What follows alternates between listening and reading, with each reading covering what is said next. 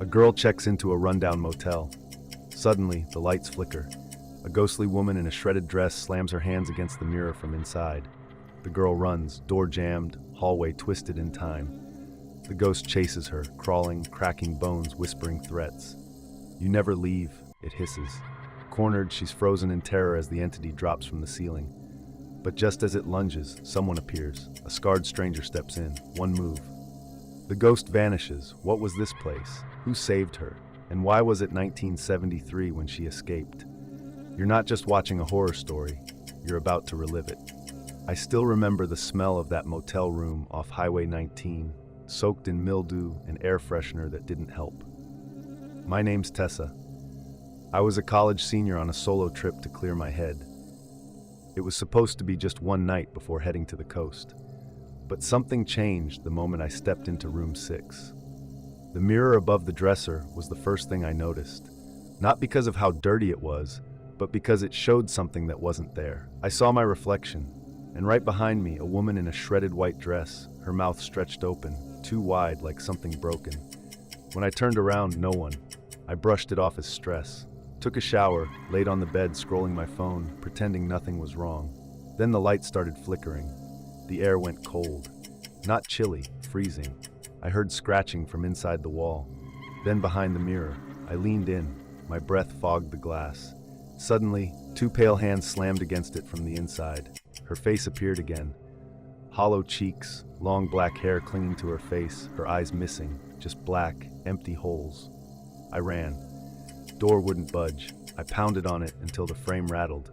Then silence. When I turned back, the room wasn't there. The furniture was gone, wallpaper peeled, mold up to the ceiling, the carpet soaked in dirty water. I wasn't in my world anymore. The hallway outside was pitch black. Every step echoed like a scream. I didn't recognize the place. A motel, yes, but older, damaged, abandoned for decades. I checked my phone. No service. Battery, 100%. That's when I saw her, crawling down the hallway toward me. Back bent, joints cracking, her jaw twitching like she was chewing something invisible. Her fingers dragged long marks into the floor.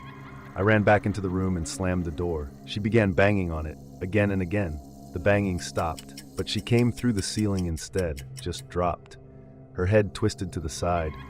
She opened her mouth, and that sound, a choking gasp mixed with static. My ears rang. I backed into the corner, covering my head, crying. Then he appeared. A man in a brown shirt, sleeves rolled up, tall, rugged, with a scar on his temple. Eyes like lit embers. He stepped between me and the thing, didn't flinch. She lunged, he caught her midair, slammed her into the floor. They vanished. When I opened my eyes, I was in a different room. Same layout, but clean. My phone buzzed. It was August 1973. The motel clerk knocked. Said my sister and I had checked in the night before. I don't have a sister. I found an old newspaper in the lobby. Front page, girl murdered in room 6. Motel shut down after string of disappearances. I packed my things and left without looking back. I still see his eyes sometimes. Not in dreams, in reflections, like he's watching. I didn't mean to fall asleep in the archive room, but the air was warm and the storm outside had knocked out the lights in most of the building. I'd only gone in there to find some old property records for my thesis, but the smell of aged paper and dust made me drowsy. By the time I opened my eyes again, the thunder had stopped and the silence around me was far too deep. The window was open. I was sure it hadn't been earlier. A chill crept in from outside, and even though I didn't remember dreaming, my heart was racing like I'd just seen something I couldn't explain. I packed my bag and turned toward the exit, but the door wouldn't budge. It wasn't locked. It was just stuck. I called out, once, then twice. No one answered. I took a deep breath, pushed again, and the door creaked open by itself before I could touch it a third time. That should have scared me more than it did, but for some reason, I felt drawn forward like I was walking into something I'd forgotten long ago. The hallway was different. The lights flickered, but they weren't the same harsh fluorescence from earlier. They were soft, golden, almost candle-like. The paintings on the walls weren't of presidents and founders anymore, but strangers in dark clothing, their faces turned just slightly away from me, as if they didn't want to be fully seen. Down the hall stood a girl. I hadn't noticed her until she moved. Pale dress, long hair, no shoes, She was holding something wrapped in fabric, a bundle, small and stiff. I called out, asking if she needed help. She didn't respond. She just turned slowly and walked into the library room to the left. That room hadn't been open for years. I hesitated, but something in me, curiosity, stubbornness, maybe something deeper, forced my feet forward.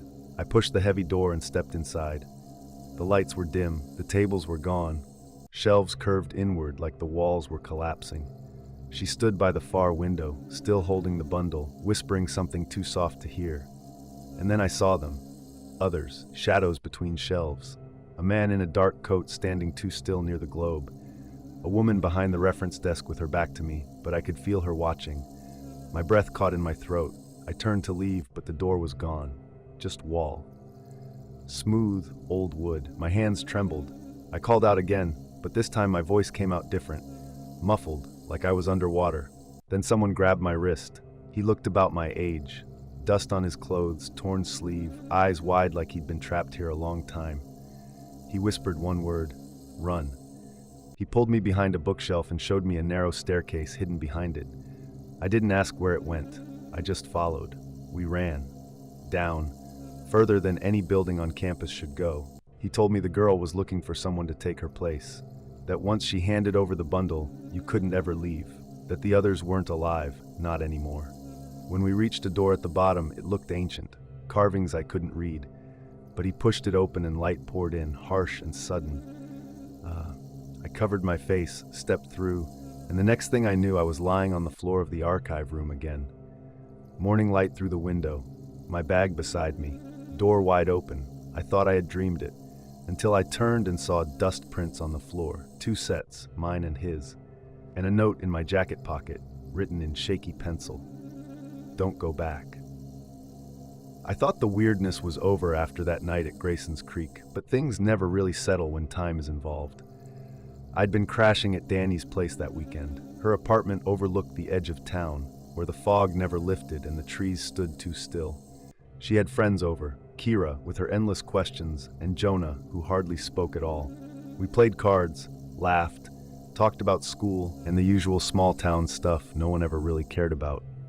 Everything felt fine until I noticed the clock. It was stuck at 11:34, blinking slowly. I tapped it. Danny said it had been doing that since morning, but none of us remembered hearing it beep, or anyone setting it. 3 blinks, pause, 3 blinks again. The room felt heavier after that. I didn't sleep. I kept staring at that clock, then out the window, and back again. At some point, I must have dozed off, because when I opened my eyes, everyone was gone. Even Danny's cat wasn't there. I walked out to the hallway and it was wrong. The lights were dimmer, colder. Her apartment door opened into a hallway I didn't recognize. No familiar carpet, no elevator at the end, just silence and a single door across from me, painted black with no knob. I stepped back, my fingers shaking. Then I heard a soft knock, not from the door, from behind me. I turned and found Jonah standing there, except he looked faded, paler than before.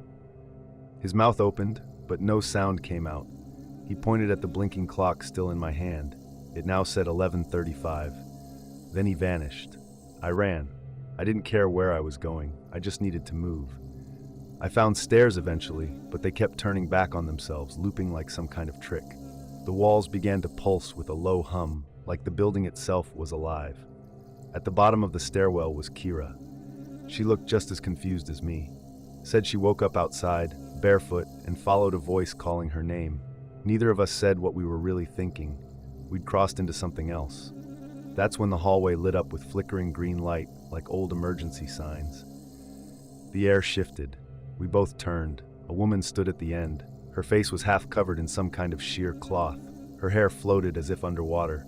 She didn't walk. She just moved forward, smooth, unblinking. Kira whispered we had to go. We turned, but the hallway was gone. Only a wall. When we turned back, the woman was right behind us. But before she touched us, a gust of warm air burst through, and the wall cracked open behind us like thin glass. Someone grabbed my arm. He didn't say his name, but I remembered his face. I'd seen him in an old photo in Danny's kitchen. Her uncle. He died 30 years ago. He didn't explain, just pulled us into the wall. On the other side, we were back in the living room. The clock was gone. Danny was asleep on the couch. Jonah snored in the corner. Kira sat beside me, breathing hard, eyes wide. No one else seemed to notice. But I did. My hand had something cold inside it, a small, rusted key, and the faint sound of water dripping from nowhere. I've kept the key. I haven't told anyone. But every night since then, at exactly 11:34, my room feels colder.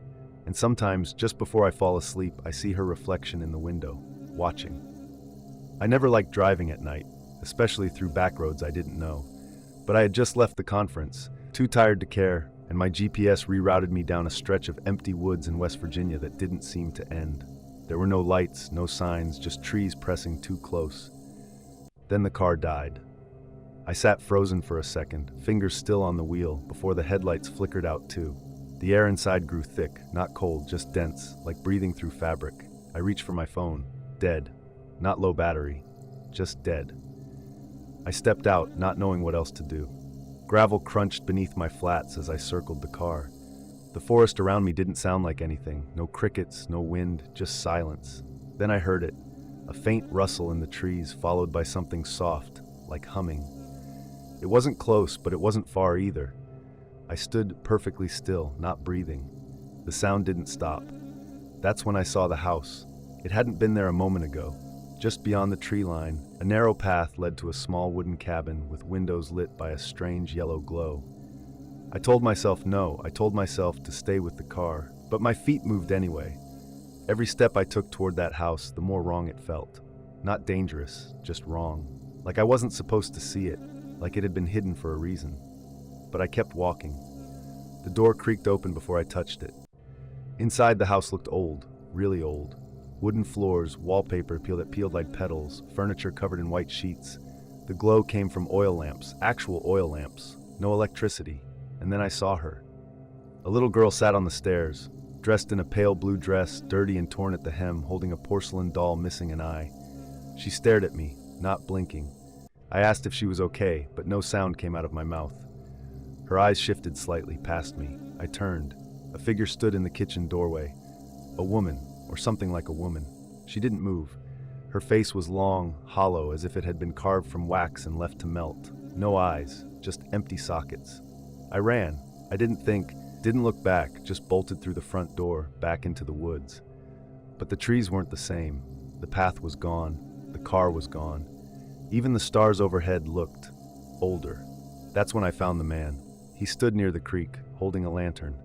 Not surprised to see me. He looked about my age, maybe a little older, dressed like he'd stepped out of a photo from the 1920s. He asked if she had touched me.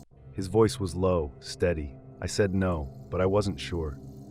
He told me she only showed herself when the veil was thin, when people crossed into where they didn't belong. This land wasn't just haunted, it was unstuck. Time bled here. He led me to a cabin deeper in the woods, older than the first, but warmer inside. Safe. He said it used to be his family's, before the girl's spirit latched onto the land. She had drowned in the creek a century ago. But something brought her back wrong. I asked how to leave. He looked at the fire for a long time. You don't, not the same way. He gave me a chain with a pendant shaped like a spiral, said it would protect me long enough to walk backward. I didn't understand until I stepped outside again. Everything was reversed. Trees bent the wrong way, sounds echoed before they happened. I walked until my chest hurt. Then, just as suddenly, I found my car. Lights back on, engine running. The time on the dash read 10:32 p.m. The same minute I'd broken down. I never saw the man again, but sometimes I dream of that house, of the girl. And I wake up holding the pendant, still warm. I wasn't supposed to visit that town again. It had been nearly 10 years, and I thought the place would feel smaller, less important. But as soon as I stepped off the bus and smelled the dry summer air, I knew something inside me hadn't let go. My name is Ren. I teach art at a small college, paint in my spare time, live alone, quietly. Coming back wasn't part of any plan. I was just following a letter that arrived with no return address, written in my father's handwriting. He passed away when I was 13. The letter said one thing: come back to the house on Hollow Creek Road before your 31st birthday. That was all. No signature, no date, just the same uneven cursive he used on every birthday card he ever gave me. The house had been sold years ago, yet somehow, When I got there, the gate was unlocked, the yard still wild but not abandoned. Ivy had taken over one side, and the windows looked too clean for a place left to rot. Inside, nothing felt dusty. A woman was sitting on the old couch like she'd been waiting there. Mid-50s, hair tied back, hands folded calmly in her lap. She stood when I stepped in, but didn't speak. I asked who she was. She said her name was Marion, that she used to know my father, that she'd lived here once, in a different time. Her voice was low, steady, like she'd practiced each word. She said I wouldn't remember, but I'd been here before. Not just as a child, as someone else. Joel whispered that I had to let go of the letter, that it wasn't really from my father, that things in that house remember handwriting. I tore it in half. The walls breathed in. A scream echoed from somewhere below, not loud but long, stretched like it had no end. Then the air cleared. The cold left. The mirror in the hallway cracked quietly. When I turned to ask Joel what happened, he was gone. Marion was standing behind me, smiling softly. She said I did what she couldn't. And just like that, I woke up on the bus. Same seat, same stop. Only now my hands were stained with ink, and my father's handwriting was still on my palm. I don't usually leave my apartment after dark, especially not to visit old train stations that haven't worked in years. But Julia insisted. She'd read somewhere that the abandoned Southbridge platform was built on strange ground. People said time felt different there. Slower, off. We were supposed to be researching for a folklore paper, but it felt more like a dare. It wasn't easy to find the place. Hidden behind rusted fences and overgrown weeds, the tracks were cracked and forgotten. Thomas came along because he had a camera and liked chasing weird places. I was the one dragging my feet, uneasy before we even stepped past the gates. There was something about the silence that didn't feel natural. It swallowed every sound before it reached the trees. The deeper we walked, the heavier the air became. I felt like I was breathing through cloth. Julia ran ahead, laughing like it was a game. I remember thinking how her voice sounded strange, slowed down, like someone was twisting the tape of her laugh through old speakers. The platform was still there, covered in moss and dust. A bench leaned sideways as if it had given up waiting. A single clock hung above us, stuck at 4:12. It wasn't even close to the current time. Thomas tried to take a picture of it, but his camera wouldn't click. The shutter jammed, even though it had worked moments before. He frowned and muttered something, but the words came out muffled, distant. I turned to ask him to repeat it, but he was gone. So was Julia. The station, moments ago just faded wood and stone, had changed. A faint fog rolled over the tracks and the air grew colder. I called out, but my voice barely left my throat. Panic didn't hit all at once. It crept up in slow waves. I walked toward the edge of the platform, hoping to see them through the mist. Then I heard footsteps behind me, but when I turned, no one was there. The air felt tight around my chest. Something was watching. I could feel it, not from the trees or the platform, but from the tracks themselves. I knelt down, peered into the darkness below, and there it was. A pale face. Not a body, just a face, barely visible in the gloom. Its eyes were wide, too wide, and they didn't blink. I stumbled back, heart thudding so loud it made my ears ring. A sound like a train horn echoed in the distance, but no train had come through here in decades. I backed away slowly, not taking my eyes off the spot. Then I heard Julia scream. I ran toward the sound, not knowing where I was going. The mist shifted like curtains, and suddenly I wasn't on the platform anymore. I was underground. The walls were brick, damp and sweating. A dim orange light buzzed overhead. Julia was crouched near the far wall, whispering to someone, or something. I couldn't see. Thomas stood beside her, frozen. His eyes were open but blank, like he was listening to something no one else could hear. I shouted their names. Julia looked up at me. Her face was pale, lips trembling, eyes filled with something I couldn't understand. She whispered a single word, "Run." The floor cracked beneath us. The brick groaned. That face again, now dozens of them, flickering along the wall like reflections in a shattered mirror.